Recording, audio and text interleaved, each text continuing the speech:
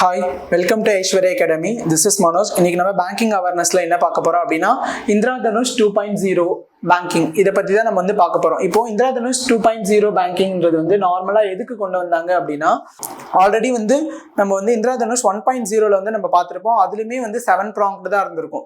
இப்போ அதோட அட்வான்ஸ் விஷயம் தான் இது. எதுக்கு இது மேஜரா இதை ரீவேம் பண்ணியிருக்காங்க அப்படின்னா, அதுல ஒரு சில கேப்ஸ்லாம் இருந்தது, ஒரு சில ஃபில்லிங்ஸ்லாம் நிறைய பண்ண முடியாம இருந்தது. அது எல்லாத்தையுமே ரீஃபில் பண்ற விதமா பேங்கிங்கை இன்னும் நல்லா எஃபிஷியன்டான வேலை பூஸ்டப் பண்ணணும் அப்படின்றதுக்காக ஒரு சில ரிஸ்க் ப்ராப்ளம் எல்லாத்தையுமே கண்ட்ரோல் பண்ணணும் அப்படின்றதுக்காக தான் இந்த ரீவேம் ஸ்ட்ராட்டஜி செகண்ட் டைமா கொண்டு வந்திருக்காங்க. ஸோ அது எப்போ என்ன அப்படின்றத நம்ம டீட்டெயிலா இந்த வீடியோல பார்க்கலாம். இப்போ இது எப்போ இதுலயுமே 7 ப்ராங்க்டு ரீவேம்ப் தான், சிமிலர் ஒன் அது மாதிரி.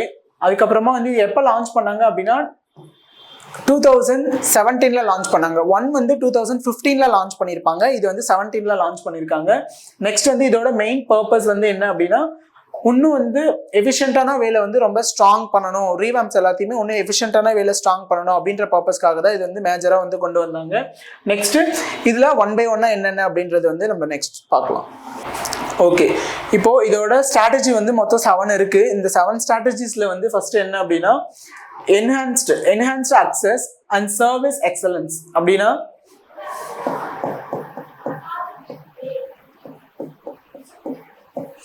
ஈஸ் அப்படின்னு சொல்லுவாங்க.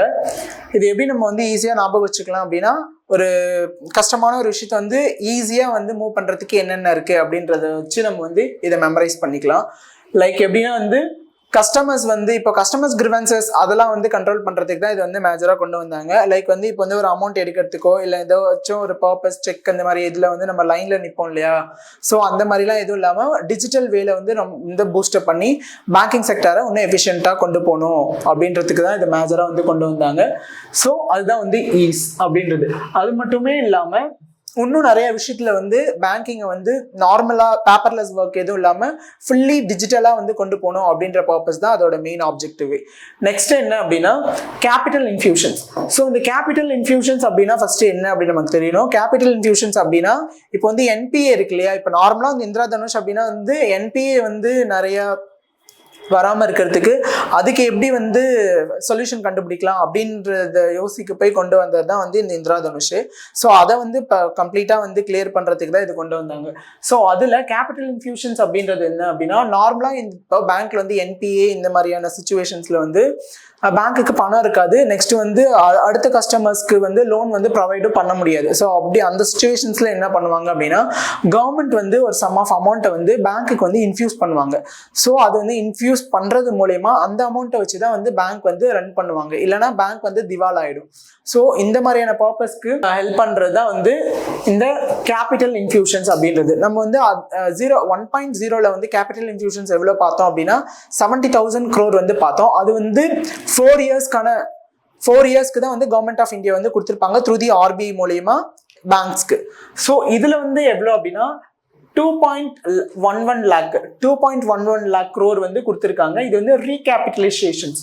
அதான் இதோட நேமே ரீகேபிட்டலைசேஷன். இந்த ரீகேபிட்டலைசேஷன்ஸ்க்கு தனியா எவ்வளோ அமௌண்ட்னா 1.35 crore ரீகேபிட்டலைசேஷன்ஸ்க்கு கொடுத்திருப்பாங்க.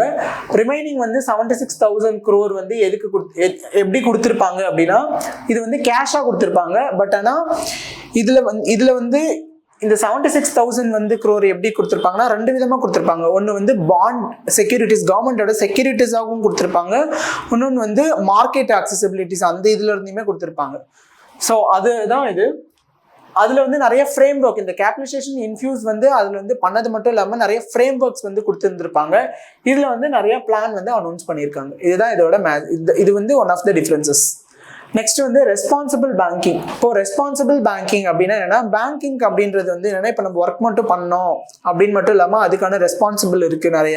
ஸோ எப்படின்னா, இப்போ பேங்க்ல ஒரு நார்மலா ஒர்க் பண்றாங்க அப்படின்னா பேங்க்ல ஒரு சம் ஆஃப் ப்ராஃபிட் வருது அப்படின்னா அது இப்போ டாப்ல இருக்கிற ஹைலி எம்டி அந்த மாதிரி அவங்களுக்கு தான் ஃபர்ஸ்ட்லாம் போயிட்டு இருந்தது, ஒரு சம் ஆஃப் அமௌண்ட் ப்ராஃபிட் அந்த மாதிரி போயிட்டு இருந்தது.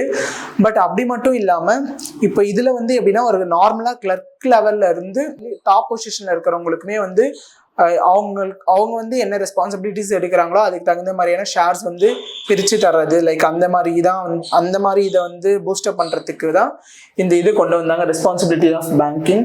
இன்னொன்று, இந்த ரெஸ்பான்சிபிலிட்டி ஆஃப் பேங்கிங் வந்து எப்படின்னா, லோன் வந்து அப்ரைசல் பண்ணணும். லோன் வந்து எப்படி அப்ரைஸ் பண்ணணும் அப்படின்னா, இப்போ வந்து ஃபஸ்ட்டு எப்படி கொடுத்துருந்தாங்க அப்படின்னா, கொலேட்ரல் மட்டும் வாங்கி வச்சுட்டு ரொம்ப ஓவரால் செக்அப்லாம் எதுவும் இல்லாமல் நார்மலாக வந்து கொடுத்துருப்பாங்க. பட் ஆனால் இப்போ வந்து எப்படி கொடுக்கணும் அப்படின்னா, சிபில் ஸ்கோர்லாம் வந்து எல்லாத்தையுமே வந்து மெயினாக அப்ஜெக்டிவ்ஸ் எல்லாத்தையுமே அதில் பார்த்து அந்த சிபில் ஸ்கோர்லாம் கரெக்டாக இருக்கா, அவங்க என்ன ஒர்க் பண்ணுறாங்க, அவங்க இப்போ சப்போஸ் வந்து ஐடி ஒர்க்கில் பண்ணாங்க அப்படின்னா அவங்களுக்கு வந்து இப்போ லே ஆஃப் பண்ணுறதுக்கான இதெல்லாம் இருக்கும் இல்லையா, அதனால் அது எல்லாத்தையுமே வந்து தரோவ்லி செக் பண்ணிட்டு தான் அதுக்கப்புறமா வந்து லோனே வந்து அப்ரைஸ் பண்ணுவாங்க. இது வந்து கிரெடிட் அப்ரைஸ்ட் அப்படின்னு சொல்லுவாங்க. இன்னொன்று, இந்த ரிஸ்க் கண்ட்ரோல் அப்படின்றது வந்து இந்த மாதிரியான ரிஸ்க் இதனால தான் வந்து என்பிஎஸ்லாம் நிறையா வந்து வருது. ஸோ அந்த என்பிஎஸை கண்ட்ரோல் பண்ணுறதுக்கு தான் இந்த ரெஸ்பான்சிபிலிட்டிஸ் பேங்கிங் அப்படின்ற one of the prompt strategy use ஆகுது. நெக்ஸ்ட் என்னன்னு பார்க்கலாம். ஸோ டீப்பனிங் ஃபினான்ஷியல் இன்க்ளூஷன்ஸ் அப்படின்னா என்னன்னா, நார்மலாக ஃபினான்ஷியல் இன்க்ளூஷன்ஸ் அப்படின்னா என்னன்னா, இப்போ வந்து ஒரு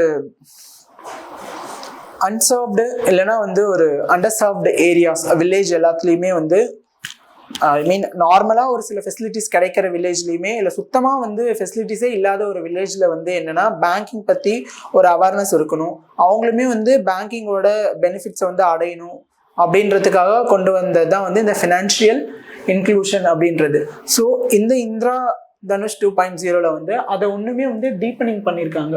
ஸோ எப்படி டீப்பனிங் பண்ணியிருக்காங்க அப்படின்னா, இதோட மெயின் ஆப்ஜெக்டிவ்ஸே வந்து என்ன அப்படின்னா, ஒரு வில்லேஜில் இருக்கிற லாஸ்ட் பர்சன் கூட பேங்கிங்கோட பெனிஃபிஷியரிஸ் அடையணும், அவங்களுக்குன்னு வந்து பேங்க்கில் வந்து ஒரு அக்கௌண்ட் இருக்கணும் அப்படின்ற பர்பஸ்க்கு கொண்டு வந்தது தான் இந்த டீப்பனிங் ஃபினான்ஷியல் இன்க்ளூஷன் அப்படின்றது.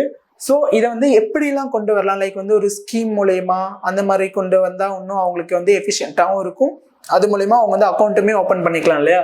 ஸோ அந்த மாதிரி யோசிச்சு கொண்டு வந்தது தான் இந்த ஜன்தன் யோஜனா, அதுக்கப்புறமா வந்து முத்ரா ஸ்கீம், இந்த மாதிரியான இதெல்லாம் வந்து ஸ்ட்ராங் பண்ணுறதுக்காக, இந்த மாதிரியான லிங்க் மூலயமா வந்து ஸ்ட்ராங் பண்ணுறதுக்கு தான் இது கொண்டு வந்தாங்க. நெக்ஸ்ட் வந்து கன்சாலிடேஷன்ஸ் அப்படின்னா வந்து நார்மலாக கன்சாலிடேஷன்னா சம்திங் டுகெதர்.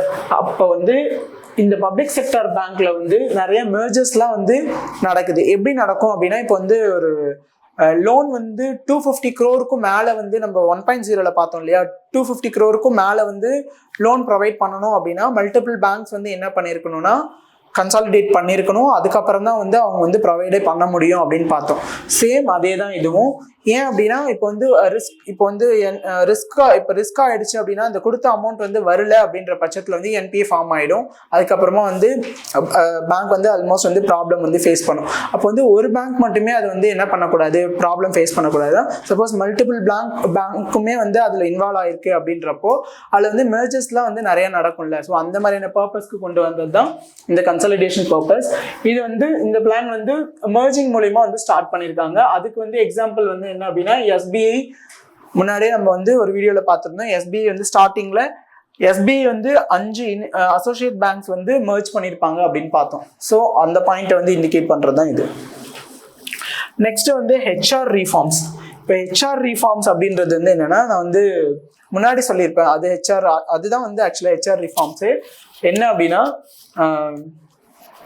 இப்போ எம்ப்ளாயீஸ்லாம் இருக்காங்களே, எம்ப்ளாயீஸ் வந்து கவர்மெண்ட் எம்ப்ளாயீஸ் மாதிரியே வந்து ப்ரைவேட் எம்ப்ளாயீஸுமே வந்து ரொம்ப நீட்டாக, அதுக்கப்புறம் அட்டென்டிவாக இருக்கணும், ரொம்ப ஃபோக்கஸிவாக இருக்கணும் அப்படின்றதுக்காக கொண்டு வந்தது தான் இந்த ஹெச்ஆர் ரீஃபார்ம்ஸ்.